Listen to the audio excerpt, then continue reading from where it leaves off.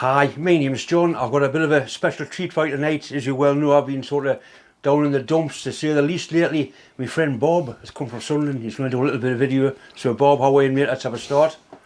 I'm John, nice to meet you. Bob. Really And nice to it's see you, not mate. Sunderland, it's Boba. Bob, it's now you're in Sunderland. Don't get much your mouth Oh, out. do it. Right, hi everybody, you know I'm called Bob. Big shout out to the guy who give John some DTI parts for me. I'm always after parts for DTIs or complete DTIs. There's another guy what John knows got some more bits for me. I've come to see John because he's bitten it down the dumps and give him a cheer up and that sort of thing. But the video we're going to do today is about rust removal and what I use to remove rust, lightly rusted, badly rusted, and that sort of thing. And I want to put a shout out there if you're all interested. I'm into radio control cars, nitro engines. If you would like to see videos on them, what I do with the engines and so on and so forth, just give John the thumbs up and we'll do videos on that. So we'll get stuck into what we've got on the bench. This is my whiteboard. This is what I'm going to show you. It's more of a show and tell. So I don't want to sting John's workshop out with the stuff I'm going to use. It's on the lathe, John. He's looking for my cup. There's two ways you can remove rust. Right, now the first way is mechanical.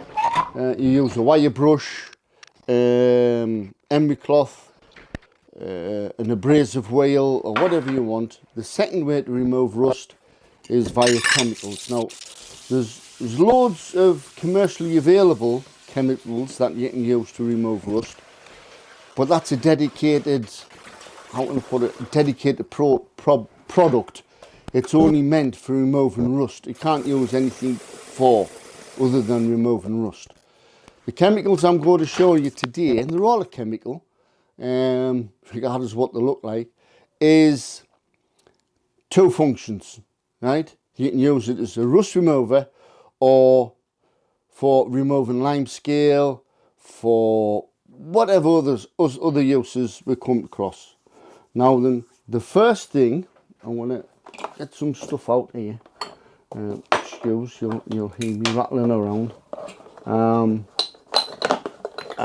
it's not so much with rust removal, it's what you can use. Right, now then, in our household, we have jam, preserve, I think you call it in the USA, or jello, I don't know what you actually eat, but in the UK we call it jam. Now, we don't eat a lot of jam, and what I mean by jam, it's a spread you put on toast, on crumpets, on pancakes, and comes in various different flavours. Now, this is one I'm going to show you, and that's a full one, and that's strawberry jam. I don't know what make it is.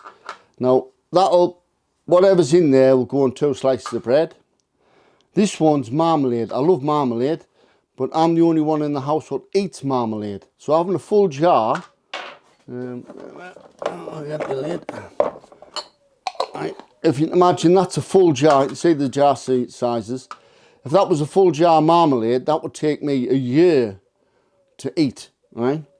Now, why I mention these is you can use what you've had in there, your toast or your pancakes or whatever, your croissants or whatever you want.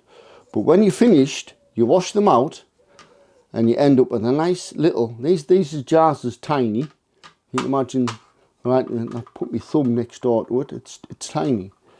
And you can use them for all sorts. Now, I know in America, I've seen it in films, you'll get jam jars. This is like a jam jar, right, this bigger one. And you'll put components, nuts, bolts, washers, screws into there.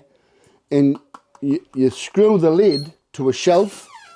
And you can go along the shelf and see the screws and nuts and bolts that you want. So it's double use. You can use for that or something else. But I use them to put the chemicals in to de-rust parts. Now, some of the parts that are de-rust is in here. And when I say they're small, the small. I'm going to take the smallest one out for the, because you don't get it mixed up with something else.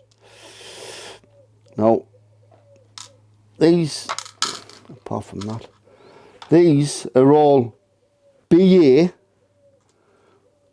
screws. They're not heavily rusted, they're only lightly rusted. But I would put them in a jam jar like that with whatever chemical I'm going to use. Sorry, remove the jam jar, it's in the way. Whatever chemical I use to remove the rust. Now, all the chemicals I'm going to use are readily available in most shops. They're not specialised. But it won't take hours or minutes to de-rust. It will take, in some cases, weeks. Right? Now, they're 7BA. Right? That's how small they are. Right? Now, that is a 3mm, that black one there. That's a 3mm Allen board, countersunk Allen board. Right? So that's fairly small. That doesn't need de-rusting, it's already black.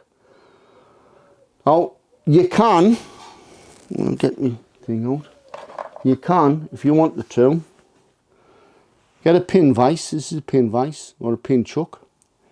You can put them in there like that. It opens up wide enough. I did check it before I come out. And you can use that on a rotary wire brush to clean it, or a hand brush to clean it. But beware, if that was a specific bolt or thread or whatever for a, say, a steam engine, for example, and you lose it and you only have the one, what are you going to do? Now, you use your rotary tool, there's no saying that's going to get hold of it and chuck it over the other side of the workshop. Now, that's a fairly common size. This size I'm going to show you. Now, bear in mind that's 3mm. That is a 12BA bolt. Oh, Billy John's laughing. That's fairly large. You get BA, oh, people know BA sizes, I'm not going to bore you, but like naught starts, that's the biggest size. That starts off at like say 6mm or 1/4 inch and comes down in size. So the higher the number, the smaller the screw. So that's 12BA. So behind that 12BA, you've got 13, then 14, then 15, then 16. 16BA is the smallest to do. BA is still used today. BA screws is used in your glasses, in watches, in some clocks. It's used in DTIs, so it's used in model steam engine making systems.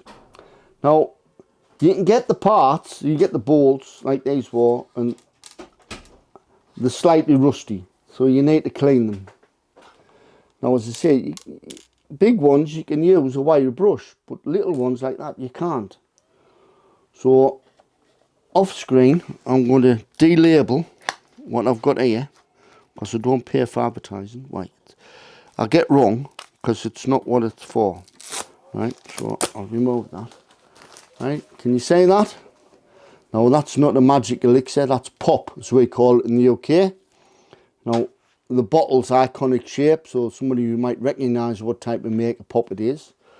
I'll just call it pop for right now. In there, there's 2 active acids, and one of them is citric acid, and I can't remember the pronounce of the other one. And basically, you can drink that, so that's the first use. Second use, it will remove light rust. Now, what I use Coke for, or pop, is for removing rust off the hands or the pointers on the needles, what's on DTIs. Because it doesn't affect, it won't. I've tried brushing them, but you're now bending the needle. So you put some of this in a jam jar like that. I'm going to do it. Right. And you put that in there like that. It's like a shot of whiskey, isn't it? Yeah, double shot. And you put your, now I mean these is not hands, these are screws. You put them in there. Right. Oh, took my way out. Put the lid on. Put it on the shelf, forget about it. It'll take about 2 2 to 3 weeks before them parts in there will come out just as clean as what they are, because they've been derusted. They were rusty, they're now clean. They've been oiled, but when I say they were rusty, they were rusty. So that's one, and as I say, it's a double use. It's fairly cheap, easy to obtain. Most shops sell pop, but the main thing you need to do with all the ones I'm going to show you is you must make sure the part's degreased, because the grease that will stop the acid, because that's basically the active ingredient, from working on the rust.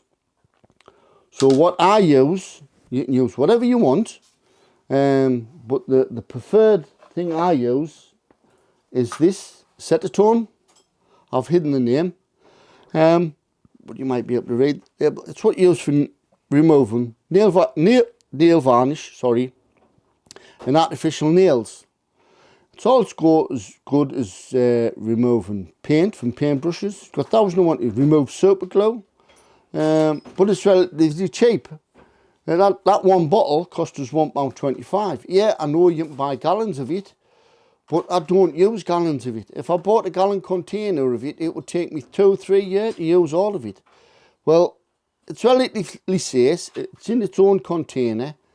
That one bottle will last me about 2 months, which is more than, but if the wife wants her fingernails done, I can do them at the same time. So I'll put some of this in an empty one of these jam jar, and I'll put them parts that I've just put in there, rinse them in there, the acetone, dry them off, let them dry naturally, and then put them in the pop or whatever I'm going to else go to show you, just to make the acid work better. Right, so that's pop. I'll leave them on there. Same jam jar. These are different size jam jars. Again, it all depends what the size parts I'm going to be degreasing as to what size jam jar I'm going to use. Right, now I brought them with us. Now the parts has been in whatever for however long, in there, say for 2 weeks or something, and you need to take them out and wash them. So again, I'm always on the cheap. This is a sieve. We used to call these tea sieves for sieving the tea leaf out when you get your cup of coffee, your loose tea.